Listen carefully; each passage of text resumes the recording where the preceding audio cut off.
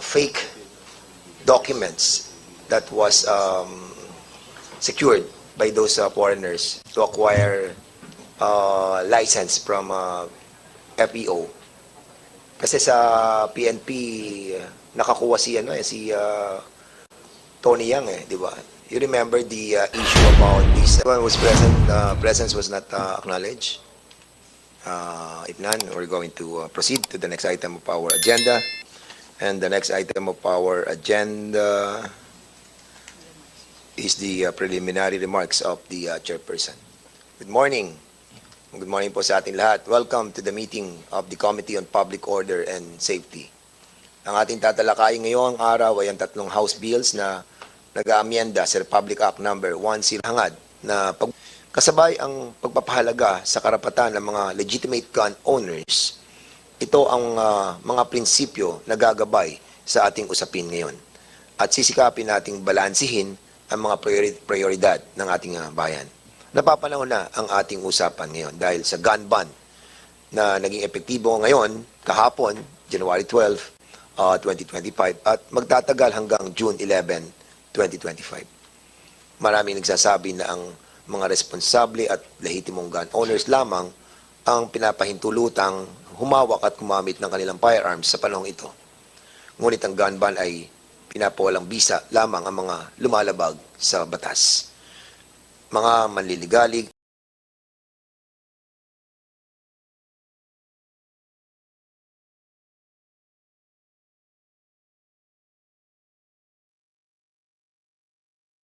going to proceed to the next item of our agenda.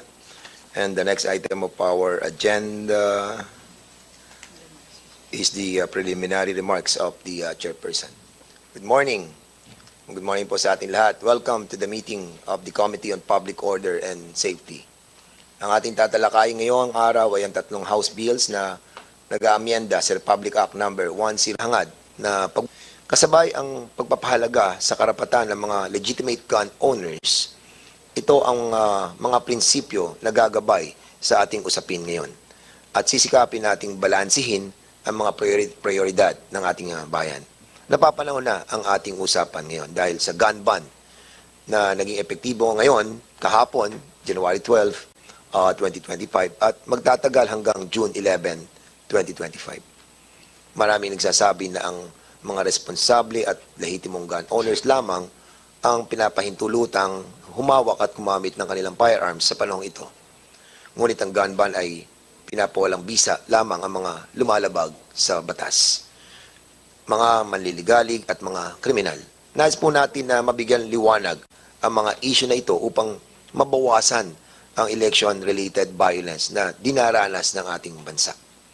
Bago po tayo magsimula ay nais kong magpasalamat sa ating mga kapwa mababatas at sa ating mga resource persons sa inyong paglalaan ng oras para sa ating talakayan.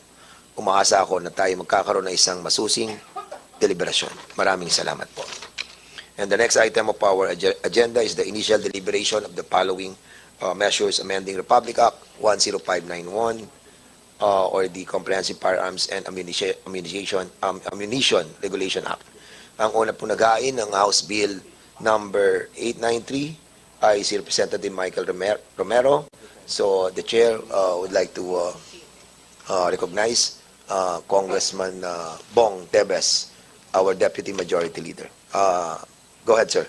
Mr. Chairman, for the House Bill number 893, entitled An Act Amending Republic Act number 10591, otherwise known as the Comprehensive Firearms and Ammunition Regulation Act, to promote a higher standard of protection by Representative Romero, I move to adopt the explanatory note as a sportsmanship speech. So move, Mr. Chairman.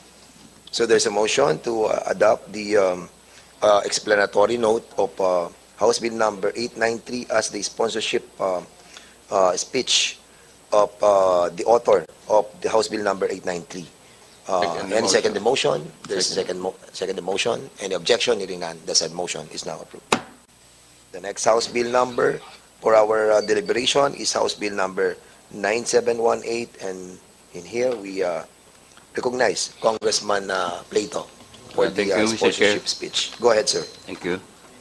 I move that the explanatory note of my province mate, Congressman Brother Eddie Villanueva, be adopted as his explanatory speech. Thank you, Mr. Chair. There's a motion to adopt the explanatory note of House Bill number 9718, authored by Brother Eddie Villanueva. Any second the motion?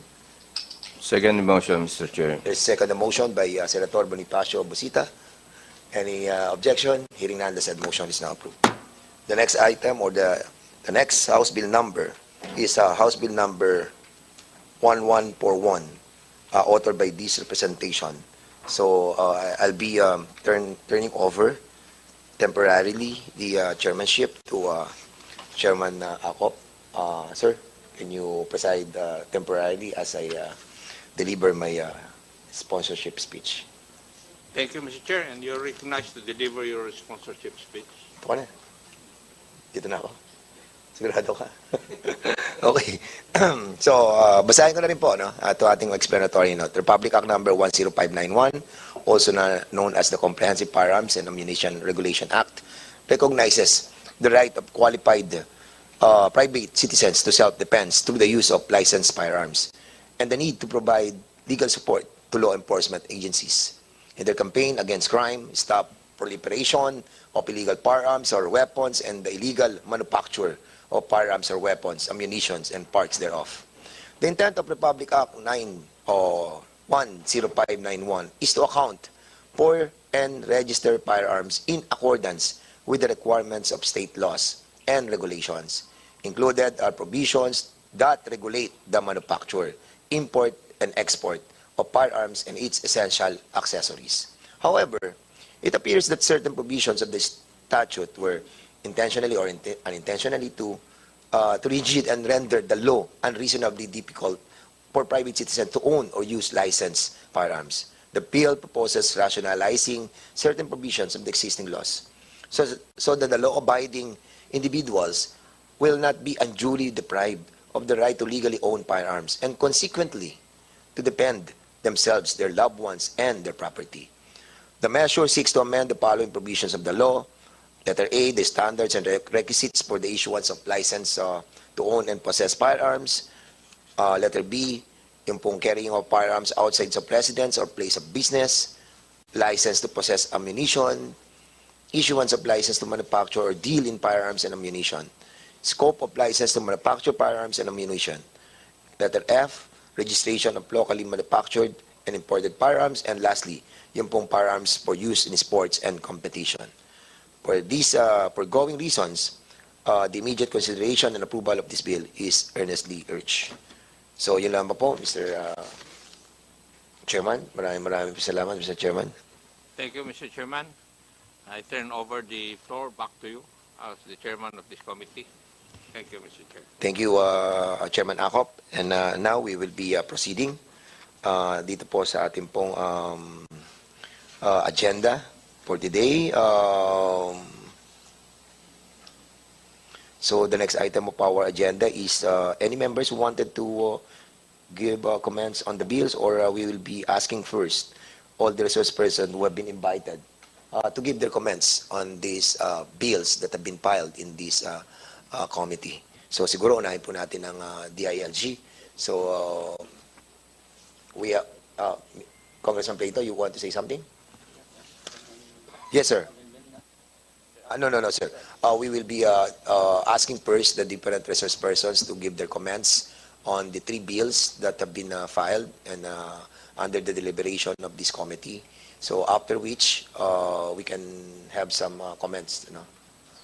But the amendments, I think, we'll be forming a technical working group in order to be more, plansya po natin lahat yung mga ibang mga issue regarding these three bills. So, DILG, siguro kayo po muna. ASEC Joabili P. Racho, other ano po ba kayo, Assistant Secretary? ASEC, no, sir? Yes. Sige. Yes, now you are Good morning, recognized, Mr. sir. Chair. Go ahead. Mr. Chair, honorable members of of the Committee on Public Order and Safety, colleagues from different government agencies, and guests. This representation expresses its full support in conducting this public hearing and investigation in aid of legislation, as our department recognizes the need to ensure that responsible gun ownership should be strictly observed and to put an end to the proliferation of illegal firearms in the country. The DILG supports the mandate of the subject legislative measures. These bills seek to introduce a comprehensive and dynamic approach to RA 10591 to address the pressing demands of the modern society in order to promote a safe and violence-free environment to our citizens. Correspondingly, we will closely coordinate with the other national government agencies, such as the PNP, to obtain vital information and substantial pieces of evidence that will enable us to ascertain the truth in resolving the matters surrounding the senseless and unresolved killings. We are one with Congress in seeking for the truth because the department believes that violence has no place in our society. Mr. Chair, a copy of the department's detailed position paper will be submitted to the Honorable Committee. Thank you very much, sir.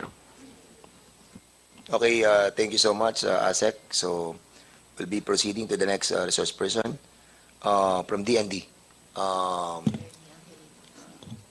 Attorney Angelito C. Castillo, the Division Chief, External Affairs of the DND. You are now recognized. Thank you, sir. Thank you, Mr. Chair. Good morning to the august members of this Committee on Public Order. Mr. Chair, the department wishes to convey our full support for the proposed amendments of the Comprehensive Firearms and Ammunition Regulations Act in order to rationalize the various provisions of the law.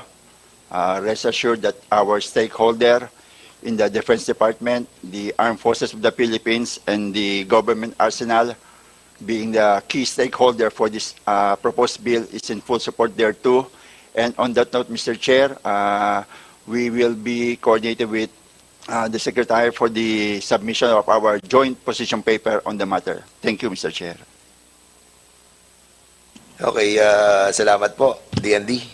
So we have invited also the COMELEC. Napapanahon na po kasi dahil nga po ganba na kahapon. So tama, we have invited also the COMELEC. So we have here Attorney Nicole. Kay James, you are recognized and give your position on this matter. Thank you. Mr. Chair, Your Honors, and everyone present here po, good morning. So, the COMELEC fully defers po to the wisdom of the Honorable Committee and the Congress in amending the Comprehensive Firearms Law. Rest assured that the COMELEC will faithfully fulfill its constitutional mandate of administering and enforcing election laws and other election-related laws. On matters po concerning election gun ban, subject of amendments under Section 9 of House Bill Number 11141, introduced by Your Honor, Honorable Dan Fernandez. We already drafted our initial position paper po, but it's still for review by the Commissioner in charge of the COMELEC Gun Ban and Security Concerns Committee. And after which po, it will be submitted pa po to the COMELEC and Bank for its approval. So may I, with the kind indulgence po of this Honorable Committee, may I respectfully request po that we be given more time po to submit our official position paper. Okay, so we will be waiting, because in a while we will be creating a technical working group on this matter. So for the meantime, we'll be asking you to expedite, yung inyo pong comments by the NBank on this matter, no? And also to DND and DILG to submit to us your position paper.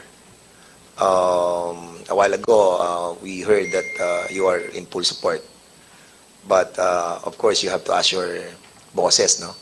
Baka mamaya, hindi naman sila nakasuporta dito. So, kalintik-lintik tayo dyan. So, we'll be asking you to submit your position paper on this matter. Ask your bosses. Okay, so thank you, Comelec. So we'll be proceeding to the next resource person po natin, ang PNP. PNP, you are now recognized. General Francisca? Si Dilad. Dilad, Yes, sir. sir. Go ahead, sir. To the Honorable Chairperson of the Committee on Public Order and Safety, the Honorable Representative Dan S. Fernandez, sir. To the Honorable Senior Vice Chair, Congressman Romeo Acop, sir. Honorable Jose Bong Teves Jr., sir.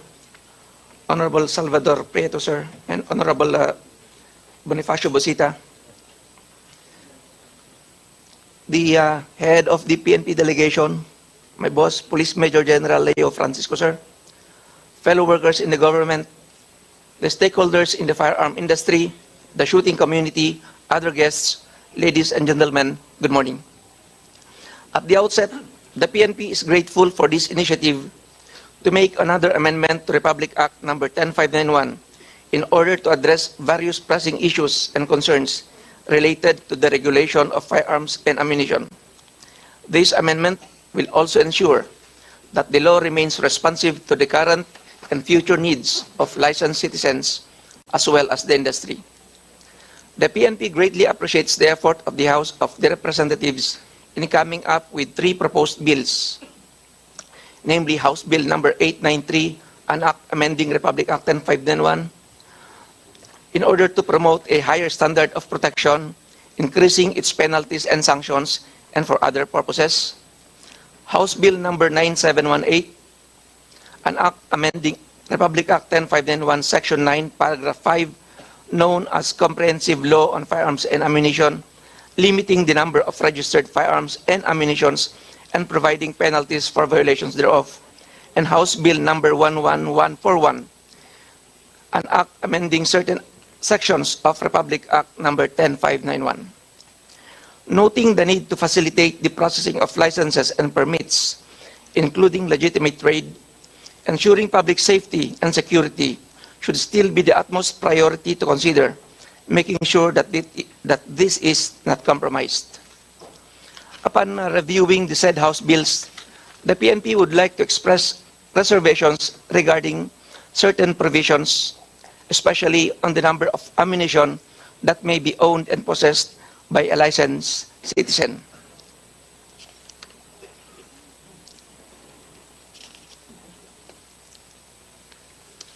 With this reservation, however, the PNP is open to further discuss the details of this concern with the end view of having a consensus that will not compromise public safety and security and taking into consideration our social responsibility as a good and law-abiding citizens of this country. To give ample time for the deliberation today, Mr. Chair, we wish to give our comments and recommendations as we go along with the discussions on the provisions of the House bills. Moreover, due to the interest of time, we humbly appeal to the Honorable Committee that the official position paper of the PNP will be submitted at a later date to include our comments and recommendations and to give us time to get consensus from our leadership. Thank you, and once again, good morning po. Yes, maraming salamat, General Dilag. While I was comparing with my partner, Congressman Acop and Senator Busita. Kasi nagkaroon tayo ng issue dyan no, nung hearing namin po about the those foreigners who are owning guns. No? Kasi maraming balita that can you kindly give us an estimate on how many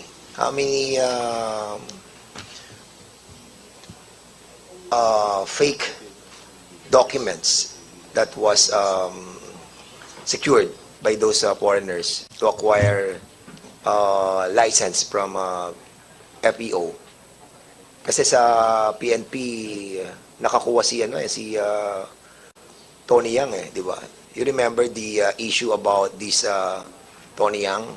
Yes, sir. So, bakit po siya nakakuha ng license pero alam naman po natin na well, siguro hindi nyo alam pero foreigner siya, di ba?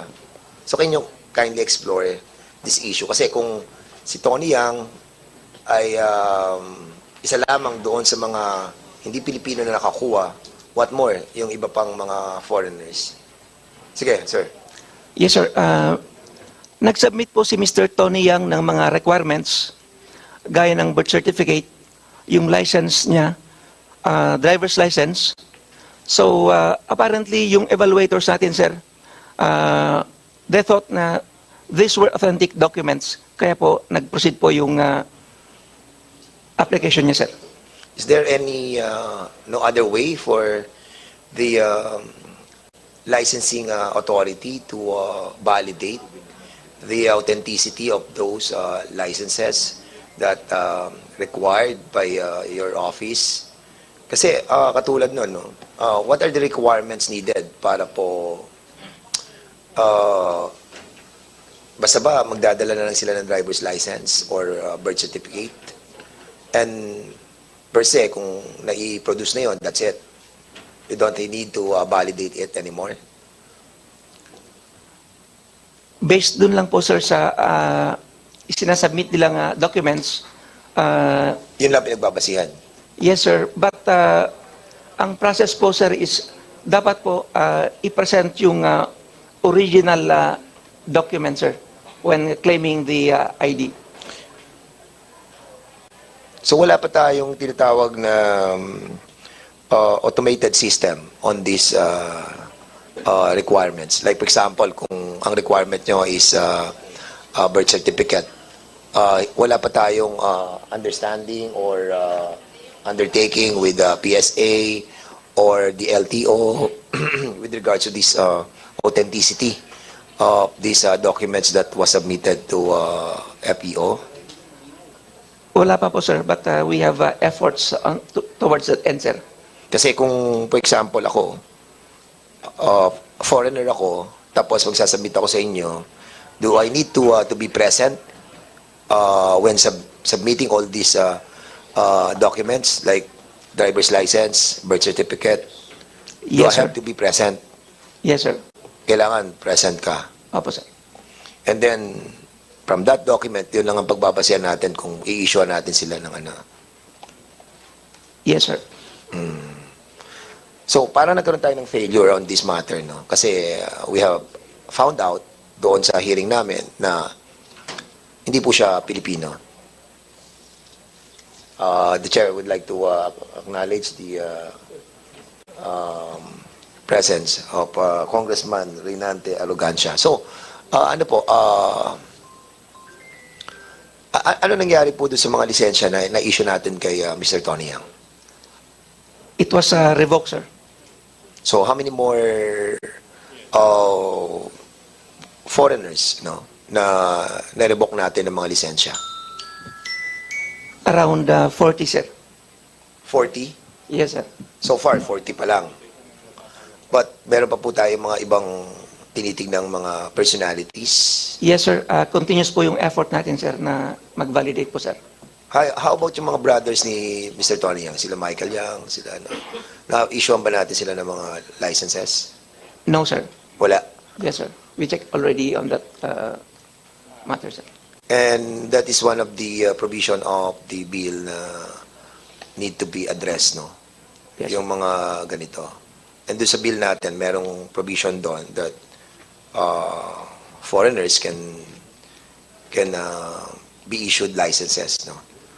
Yung mga permanent resident na mga foreigners. So yun yung i-discuss natin po sa technical working group that will be created by this committee in a while. So baka may mga question ang ating mga members about this issue. Congressman Bosita. Mr. Chair, you actually, are, wala you po are akong- recognized. Thank you, Mr. Chair. Actually, wala po akong questions to any resource person. Mr. Chair, may I move to create technical working group? We will be asking muna yung ibang pang resource yes. person. Sorry, and then Mr. we'll be, Yes, be recognizing you. So, Mr. Chair, excuse me. yes, go ahead. Anyway, sayang naman yung time na binigay niya sa akin. Mr. Chair, pwede po bang malaman sa FEO? Currently, more or less, may data po ba kayong dala kung ilan yung licensed firearms? Yes, sir. We have data on that, sir. May we know how many? The universal data, sir, is around 2.7 million po, sir. Registered firearms, license. Yes po, sir. Okay. 2 point, To be exact, sir, 2,752,539 po, sir. yes. Mr. Chair, maray bang malaman, meron bang loose firearms? Siyempre. Yes, sir. Based on your data, how many loose firearms?